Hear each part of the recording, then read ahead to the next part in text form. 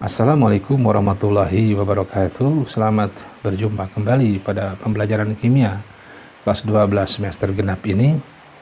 Namun mohon maaf, pada pertemuan hari ini kita tidak bisa bertatap muka langsung melalui Zoom meeting, hanya bertemu melalui video pembelajaran ini. Mudah-mudahan tidak mengurangi semangat kalian untuk tetap belajar kimia. Sebelum kita lanjutkan, mari kita sama-sama membacakan surah Al-Fatihah yang ditujukan untuk kita semua, supaya kita mendapatkan keberkahan, keselamatan, dan kesehatan, serta selalu diberikan kenikmatan yang luar biasa untuk terhindar dari berbagai macam ancaman, wabah, penyakit, dan bencana. Pembacaan surah Al-Fatihah dimulai. Bismillahirrahmanirrahim. Ar-Rahmanirrahim. Malik. Ihdinas siratal mustaqim. Siratal ghairil maghdubi 'alaihim waladdallin. Rabbil ighfirli. Amin, amin ya Allah ya Rabbal alamin. Baik, kita lanjutkan kembali materi kita.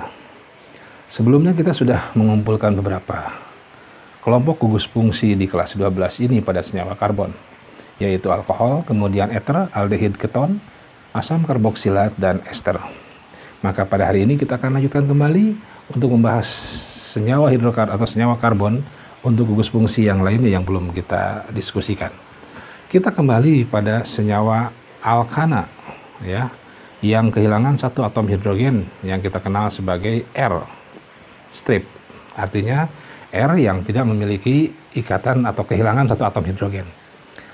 Ketika itu diisi oleh OH kemudian jadi alkohol, ketika diisi oleh OR menjadi ether dan sebagainya, maka yang sekarang kita akan masukkan adalah gugus fungsi, yaitu yang kita kenal sebagai karboksil. Karboksil adalah C yang berikatan dengan O rangkap 2, kemudian OH. Ya, ini yang kita kenal sebagai karboksil. Ini adalah karboksil. Karena dia memiliki gugus karboksil, maka kelompok ini kita kenal sebagai kelompok asam karboksilat. Asam karboksilat. Ya. Sehingga penamaannya nanti, penamaan untuk senyawa ini harus diawali oleh kata asam. Asam, kemudian R-nya, jumlah C-nya kita rubah menjadi alkanoat, sehingga menjadi asam alkanoat. Alkana digubah menjadi alanoat, asam alkanoat. Ya. Sebagai contoh misalnya kita akan lihat contoh senyawa asam karboksilat. CH3, CH2, CH2, COOH. Jelas ini adalah asam karboksilat karena memiliki gugus COOH. Rantainya ada 4 karbon memanjang dari kanan ke kiri, 1, 2, 3, 4, sehingga untuk senyawa ini kita boleh beri nama menjadi asam, ya, C-nya ada 4, maka menjadi asam butanoat karena butana diakhiri dengan anoat. Ya, rumus molekulnya adalah C4H8O2. Ya, contoh yang lain misalnya kalau kita menemukan lagi CH3, CH3OH. Ini pun sama, dia memiliki gugus karboksilat. Rantainya ada 3 dari kanan ke kiri, ini nomor 1, nomor 2, nomor 3. Di karbon kedua ada alkil, cabang namanya metil, sehingga nama senyawa ini selalu jangan lupa berikan awalan asam. Kemudian sebutkan dulu cabangnya. Di karbon kedua ada metil, dan rantai utamanya 3 karbon namanya propanoat. Rumus molekulnya adalah C4H8O2, sehingga senyawa ini kalau kita lihat dari rumus molekulnya sama, strukturnya berbeda, maka keduanya adalah isomer. Isomernya adalah isomer rangka. Kenapa rangka? Karena rangkanya berbeda, yang satu lurus, yang satu bercabang. Ya, ini adalah contoh asam karboksilat. Berarti gugus fungsi yang ke-5. Setelah alkohol, eter, aldehid, keton, ini adalah asam karboksilat. Ya, silahkan kalau mau diambil dulu, di screenshot silahkan. Ya, kalau sudah kita akan hapus, kita akan bersihkan kembali whiteboardnya untuk melihat yang lain. Kembali tadi, asam karboksilat itu adalah R yang mengikat karboksil. Ya, ulangi lagi. R yang mengikat karboksil. Seperti itu. Jika karboksil ini yang mengandung H, kemudian H-nya diganti oleh R, maka sekarang rumusnya menjadi RCOOR. Maka sekarang bukan lagi asam karboksilat, tapi kelompok baru yang disebut sebagai ester. Jadi bukan lagi asam karboksilat.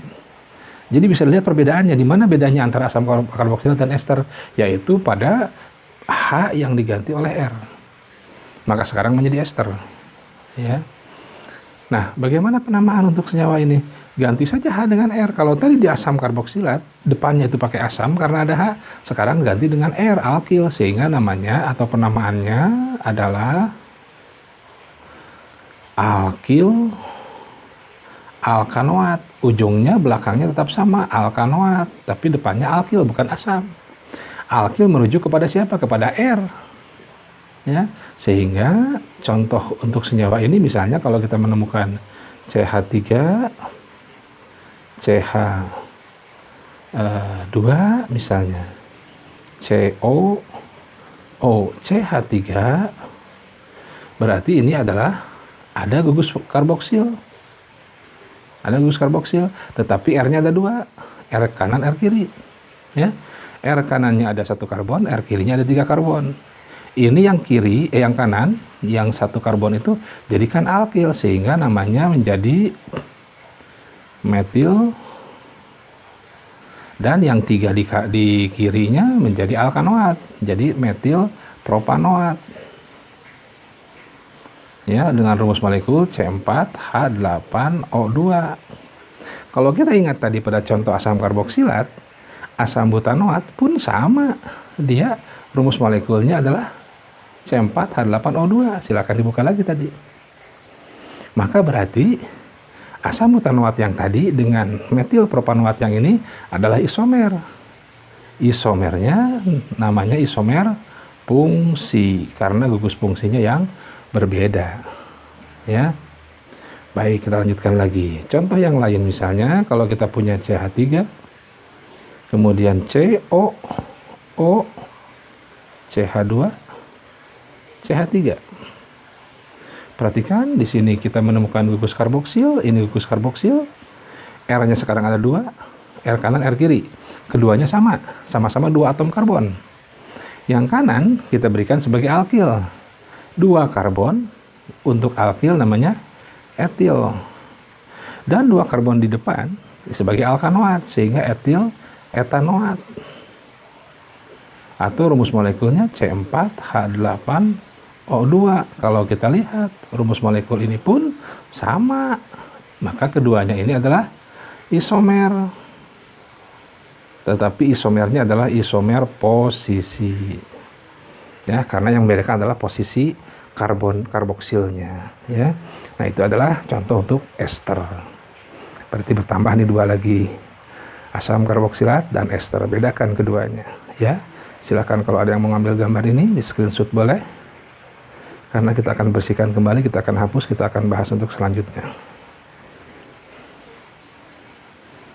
Baik, kita akan teruskan lagi. Kembali kepada alkana. Nah, yang kehilangan 1 atom hidrogen, R strip. Bagaimana strip yang ini jika yang mengisinya adalah X? Siapa X ini? X adalah halogen. Halogen itu adalah kelompok atau golongan 7A. Anggotanya F, Cl, Bri, fluor, klor, brom, iod. Jadi X ini bisa diisi oleh F, oleh Cl, oleh Br, atau oleh I. Makanya sebutnya Rx. Jika menemukan ini, maka kita sebut kelompok ini adalah kelompok haloalkana. Penamaannya pun sama. Penamaannya pun adalah haloalkana. Jadi sebutkan dulu halo itu adalah halogen, dan sebutkan rantainya alkana. Contoh misalnya kita menemukan CH3Cl, maka namanya adalah, perhatikan C-nya hanya satu. Dalam alkana C-nya satu berarti metana. Kemudian ditutup oleh Cl, halogennya. Cl itu adalah klor, belakangnya akhirannya O, sehingga menjadi kloro. Sehingga namanya menjadi kloro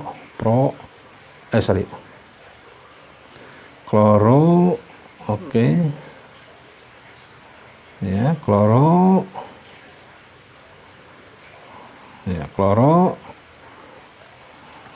C-nya kan satu, maka klorometana.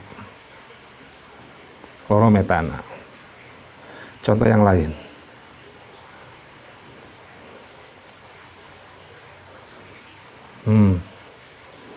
Berapa C-nya? Ada dua. Ya, ada dua. Dua dalam alkana berarti etana. Dan halogennya adalah Br. Br itu bromo. Berarti namanya menjadi bromoetana. Oke. Sekarang perhatikan dengan ini. Nah, berapa C-nya? 2. Tetapi awas, lihat ikatannya, dia ikatan rangkap 2, berarti alkena bukan alkana. Maka kalau 2 alkena namanya etena. Dan halogennya adalah F, fluor, sehingga namanya menjadi fluoroetena.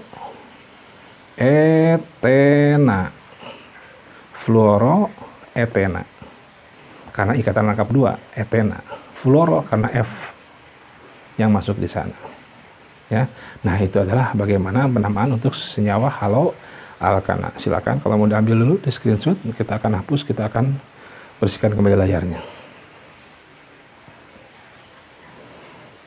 Baik, kita akan lihat contoh yang lain.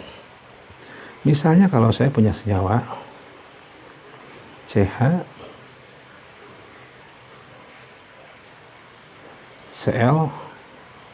rangkap 2 CHCl.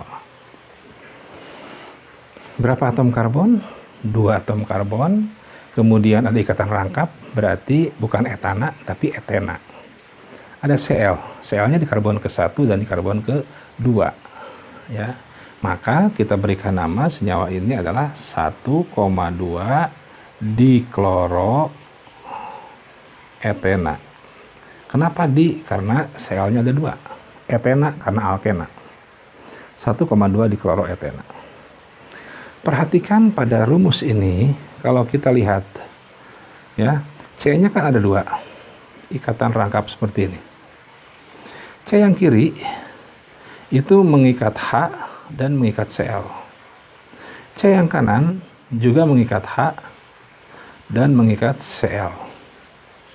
Kalau ini saya beri nama kelompok senyawa A. Sekarang bandingkan dengan senyawa B dengan ikatan yang sama, ikatan rangkap 2. Kemudian di sini ada H, di sini ada Cl. Tetapi pada bagian ini kita akan lakukan di mana H-nya dipindahkan ke bawah. Sehingga berganti posisi dengan Cl, maka sekarang di atas adalah Cl, di bawah adalah H. Kedua senyawa ini sama, 1,2 dikloroetena. Ini pun sama, 1,2 dikloroetena. Tetapi kalau kita lihat strukturnya, keduanya berbeda. Pada senyawa A, H di C yang kedua itu H di atas, Cl di bawah.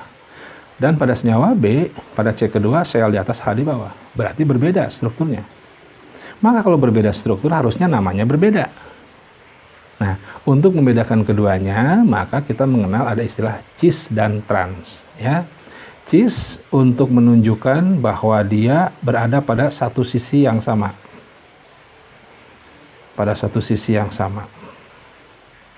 Sedangkan trans untuk menunjukkan bahwa dia berada pada sisi yang berseberangan. Ya, berseberangan. Atom atau gugus atomnya. Kita akan lihat contohnya. Pada contoh yang A, H dan H berada pada sisi yang sama. Cl dan Cl berada pada sisi yang sama. Sedangkan pada senyawa B, H berseberangan posisinya. Cl juga berseberangan posisinya. Maka kedua senyawa ini kita bedakan nama depannya dengan menggunakan istilah cis untuk ini, karena dia berada pada satu sisi yang sama. Dan yang ini kita beri awalan trans. Kenapa? Karena dia berada pada sisi yang berseberangan. Sehingga namanya menjadi berbeda sekarang. Yang A adalah cis 1,2 dikloroetena dan yang B adalah trans 1,2 dikloroetena. Karena berbeda struktur, berbeda nama, padahal rumus molekulnya sama, maka keduanya ini adalah merupakan isomer.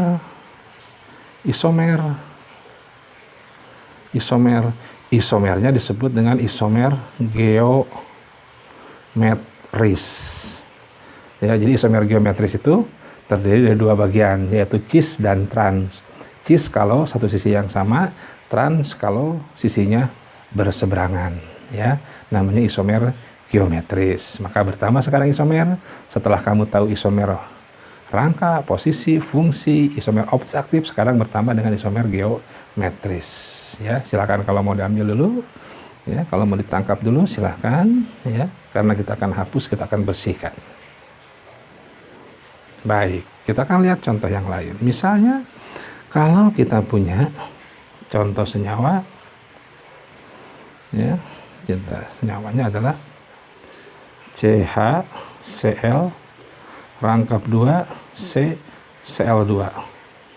Maka nama senyawa ini, perhatikan C-nya ada 2 buah, ikatan rangkap ada 2, ya, ikatan rangkap 2, sehingga ujungnya berarti etena nanti karena C-nya ada 2. Kemudian Cl-nya ada 3. Cl3 itu di karbon ke-1, di karbon ke-1 itu ada 2, di karbon ke-2-nya ada 1, sehingga namanya menjadi 1,1,2 trikloro. Kenapa tri? Karena ada 3. Trikloroetena. Pertanyaannya adalah, apakah senyawa ini memiliki isomer geometris atau tidak? Untuk menjawab ini kita buka uraikan. Uraikannya adalah, perhatikan pada C rangkap 2 dengan C. C yang ini berarti 1 mengikat H, 1 mengikat Cl, dan C yang kedua mengikat Cl, mengikat Cl. Sekarang kita akan coba alihkan Cl ini ke bawah. Apakah akan menghasilkan zat yang baru? Tetap sama. Tidak ada bedanya. Demikian juga kalau misalnya H yang kita pindahkan ke bawah. Tetap saja tidak ada yang berseberangan, tidak ada yang satu sisi yang sama. Maka artinya senyawa ini tidak memiliki isomer geometris. Begitu, ya. Nah, perhatikan, bedakan dengan misalnya kalau saya punya senyawa, katakanlah senyawa 1 kloro 1 propena. 1 kloro 1 propena. Nama senyawanya 1 kloro 1 propena. Berarti propena itu 3 karbon. Dia memiliki 3 karbon, ya. Nah, 3 karbon. Propena berarti ada ikatan rangkap 2 di karbon ke-1. Ini propena di karbon ke-1. Ujung kiri boleh, ujung kanan boleh. Kita ambil ujung kanan propena, rangkap 2. Kemudian ada kloro di karbon ke-1 juga. Berarti di sini dia mengikat Cl, ya, dia mengikat Cl. Dia mengikat Cl. Kita lengkapi H-nya. Berarti di sini hanya 3. Di sini hanya tinggal 1. Dan di sini juga hanya 1. Maka perhatikan pada bagian rangkapnya untuk menentukan apakah dia memiliki isomer geometris atau tidak, ya. Ada C1, ada C yang kedua. Kita lihat, ya. Kita buatkan kembali rumus strukturnya di bawah, misalnya C rangkap 2C. C yang kiri yang ini, ya. Maka dia mengikat CH3 dan mengikat H. C yang kanan mengikat H dan mengikat Cl. Kalau ini senyawa A, Kemudian yang ini adalah senyawa B. Dengan membalikan posisi H ke bawah, apakah akan menghasilkan zat yang baru? Kita lihat sekarang. CH3 tetap. Yang ke bawahnya H, rangkap 2. Cl-nya ke atas kan? Ke atas. Dan ini H-nya ke bawah. Perhatikan di keduanya untuk atom H. Pada senyawa A, H-nya berada pada sisi yang berseberangan. Pada senyawa B, H-nya berada pada satu sisi yang sama. Maka keduanya memiliki isomer geometris.